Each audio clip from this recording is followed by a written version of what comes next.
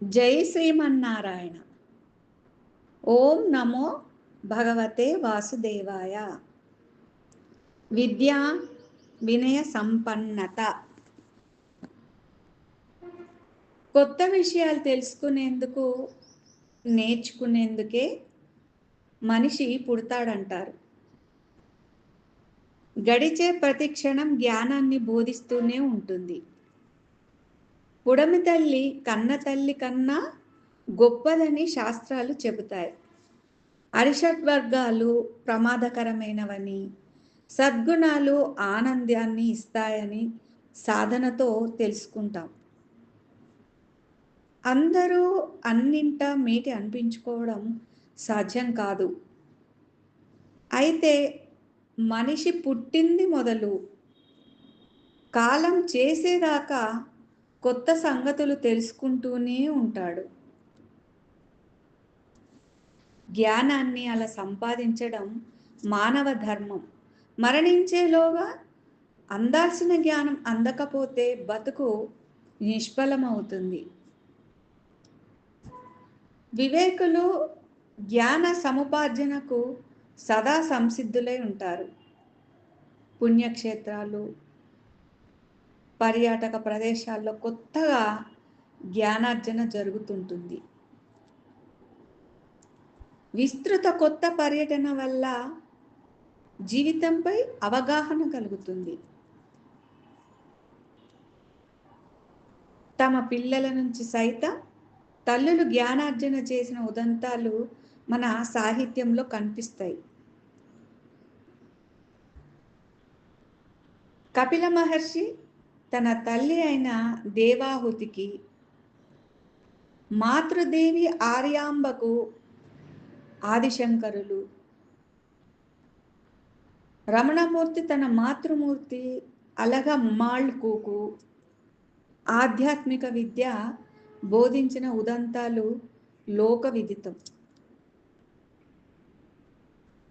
దుష్టుల నుంచి వారి తమోగుణం పనికిరానిదని, సత్పురుషుల నుంచి వారి సత్వగుణం అనుసరణీయమని నేర్చుకుంటాం.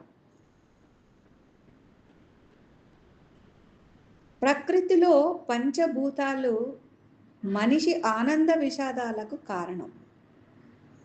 పంచభూతాలు అనుకూలమైతే ఆనందం, ప్రతికూలమైతే దుఃఖం కలుగుతుంది. తానే ప్రపంచమనే అనుభూతి మిగిలి ఉన్నంత వరకు మనిషికి సుఖ దుఃఖాలు తప్పవు అన్నారు కావ్యకంఠ గణపతి ముని. అజ్ఞానంతో మనిషి కామ క్రోధాది అరిషడ్వర్గాలను పోషించినంతగా ఆత్మీయులను ప్రేమించడు. కోపం కలిగినప్పుడు మనిషి ప్రవర్తన ఎంత వింతగా ఉంటుందంటే అతడు కోపాన్ని ప్రేమిస్తున్నాడా అనిపిస్తుంది. కోపం నుంచి విముక్తి పొంది ఎంత త్వరగా విచక్షణ మేల్కొందా అన్నది మనిషి యొక్క సాధనపై ఆధారపడి ఉంటుంది. కోపిష్టి మనుషులకు శాంతి లభించదు. కామం అనే జిలుగు పొర కమ్మిన మూర్ఖుడికి కూడా ఆనందము దుర్లభమే. సీతమ్మ వారిని చెరపట్టడం రావణుడంత భక్తుడు, విద్యావంతుడు, మహాబలవంతుడు చేయాల్సిన పని కాదు. చెడుకాలం దాపురించిన వాడికి అరుంధతి నక్షత్రం కనబడదని, మిత్రవాక్యం వినబడదని, కొడగట్టిన దీపపు వాసన ఆకలింపునకు రాదని కవి వాక్యం.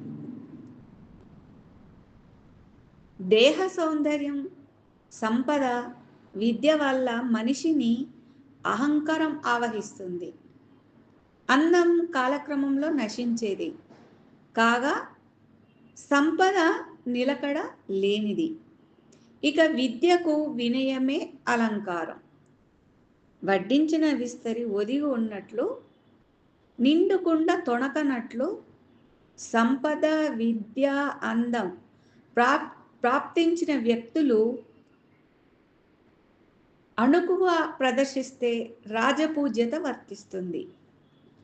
అహంకరిస్తే తమ దోషాలే తమను కబళిస్తాయని, అవమానాల పాలు చేస్తాయని మనిషి గ్రహించాలి. వినయ గుణం వల్ల గౌరవాదాలు లభిస్తాయి. అహంకరిస్తే జరిగేది నష్టమే గాని ఒరిగేది ఏముండదు. పుస్తకాల్లో నేర్చుకునేది విద్య. లౌకిక విద్యలు ఎన్ని నేర్చినా వినయ గుణం లోపిస్తే దానివల్ల సంప్రాప్తించే దుష్ఫలితాల నుంచి సాధకుడు తప్పించుకోలేడు. విద్యతో పాటు అబ్బిన వినయం సాధకుడి బతుకును శోభాయనం చేస్తుంది. సర్వే జనా సుఖినో భవంతు.